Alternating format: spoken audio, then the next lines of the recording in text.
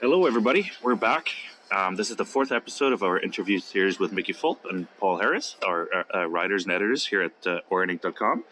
And Mickey, obviously the Mercenary Geologist. Obviously. Obviously. No, we're just here right after PDAC. The doors just closed like an hour ago, and we're just here recapping the last few days, a really exciting few days and busy few days.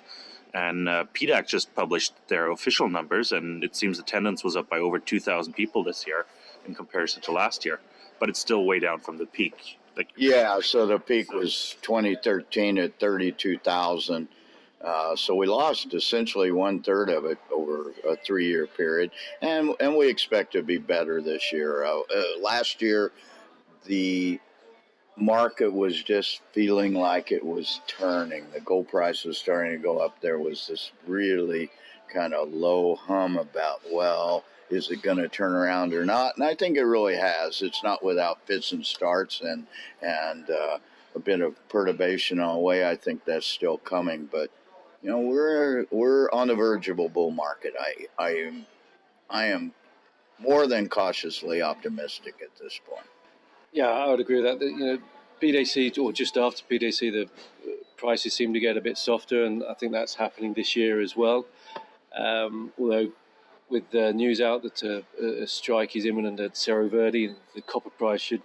Oh my! I hadn't heard that. So there is. Yeah, apparently they're going to strike on Friday. In addition to Escondida and the things and Grasberg, so that's a significant amount of production. Cerro Verde, one of I would think got top three of the big ones there, haven't 10 to 15 mines in the world. And we've already got Grasberg as the second or third largest. So that's significant. Yeah, Cerro Verde is 450,000 tons a year or something like that. Yeah. So we just also want to just summarize our impressions from this year's PDAC, which really seemed upbeat.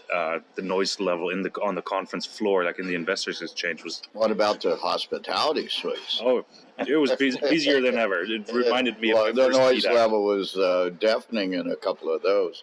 That too. No, there was just you mentioned a hum last year. I think this year was just flat out noise. Oh, it's a buzz. There's a buzz. There's an undercurrent going on, and a lot of optimism. I'd classify this show as robust or boisterous, and people have a quick step and lively step. Yeah, I was at the Barrick reception last night, and it was packed. Calvin, the CEO, joked that they had sent out about 200 invitations and 350 confirmations.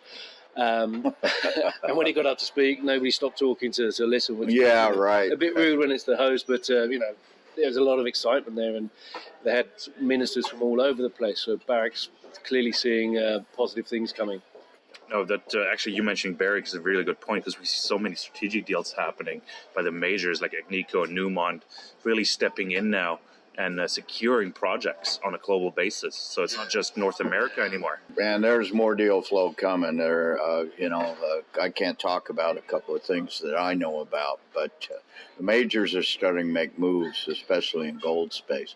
The thing that's curious to me is that the Toronto Venture Exchange, I don't know what it's doing today. We're at lunch just right, and 2/3 through the market day. But 8 of the last 10 days, the venture exchange has been down, and that is an anomaly that I can't recall seeing before. Usually, we go to the beginning of PDAC or through PDAC on this rising uptick in the Toronto Venture Index. For some reason, it started going off. It hit a 52-week high. I think it would be 2 weeks today or 2 weeks tomorrow, and it's gone straight downhill since then, and I have no idea why. It is not a lot of front-running the PDAC, post-PDAC curse, because volumes have been some of the lowest volumes of the year. Any ideas on this, guys? No, and I've talked to journalists in Germany, market participants, fund managers. They're clueless. There's no real trigger. It's like currencies as the same. U.S. dollar hasn't really moved. Gold is down, but it was post-fact. After. Yeah, well, gold was going up in the beginning of the downturn of the index. So it's exacerbated by gold going down, Yeah. I'm sure. Mo- Paul, Most of the stuff I hear from juniors explorers is, they're hearing, they're feeling a lot of positive sentiment. They're seeing money starting to trickle down or trickle through to them. So they're very positive this year. So yeah, again, then So why would the exchange index be off 5%? Now, GDXJ bear in mind, is down these 30%. are the best of the TSXV juniors, because the index is the 400 companies with the largest market capitalizations. So the best companies have taken a 5% haircut on average over the last 2 weeks of trading. Curious to me. No, and probably aided by bad numbers as well, like we've seen at Endeavor Silver. They've delivered some bad results. The stock was down 23% in one day. So computer trading apparently is Yeah, but we're still a month away from Q1 or year-end financials. So those will come out on March 31st. So, or not a month away, 3 weeks away. It's just very curious to me as to what's going on. The low volumes are very curious. But nobody seemed really upset about it or really too concerned. Well, maybe this thing I talked about earlier about this incipient bull market is not going to flow quickly. It's going to have its bumps, kind of 2 steps forward, 1 step back, and really that's a healthy market. And many companies are in a much better state of health than they were a year ago. There's been financings over the last 6 months or a year. They've got cash again. They, the smaller companies I'm referring to, so they're in a more resilient position. So if there is a bit of, I guess, turbulence, then Yep. they've got their budgets for the year or the next 18 months. So Yep, it feels a lot better than it did last year. So what's your theme of this year's PDAC? What did you see? What did you realize? Well, I'm looking at new companies. I'm seeing a lot of new companies. I've talked before about my sweet spot in incipient bull markets is startups and new juniors. But and there's lots of those. So I spent most of my time as a talking head during the conference, but I also had time to look at several new companies or news stories, and I'm very encouraged about how quickly that portion of the sector has rebounded or come along, because last year I didn't see anything I liked, and this year all of a sudden I probably have a handful of stuff. Oh, there are at least 10, 15 new companies I identified going through the exhibitor list that I haven't heard of. Oh yeah, there's lots of new companies I've never heard of, and some of those have really good stories. Yeah. At a sort of country level, I sort of hung out at some of the country days, and Ecuador was packed. The Ecuador Day presentation room was packed. Argentina was packed, standing room only. Colombia was packed, standing room only. So there's a lot of interest in the emerging. And focus once again on the Americas. Yeah, and I think Chile was almost was half full or half empty, depending how you see things. Peru, you could get a seat. So the traditional, more established destinations seem to have been falling out of favour. People are turned on again to the possibilities of perhaps people are ramping up their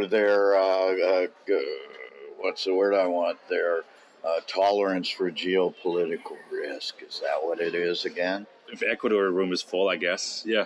Well, Argentina as well. Yeah. So those countries both have a long history of squashing viable mineral deposits with resource nationalism. So beware. One other thing I saw, Venezuela's mining minister was here. Oh my!